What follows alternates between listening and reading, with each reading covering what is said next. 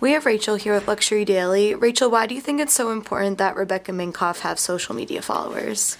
Well, I think that for young luxury brands especially, it's important to have a strong social media presence just because it has a lot of opportunities that older brands don't. For example, Louis Vuitton probably wouldn't have an effort where it enlists all these bloggers and takes them to the Hamptons, but Rebecca Minkoff did have that effort actually. And I think that it kind of gives her the ability to interact with consumers in a way that's unique to her and her brands. And I think that Fashion Week is a really great way to try to grow that presence, just because so many consumers are looking at brands, especially those in the Americas, especially in New York. And I think that it's really smart of the brand to develop all these social media strategies focused around Fashion Week. And they didn't just have it in one channel. They did stuff on Google+, on Facebook, on Twitter, and Instagram.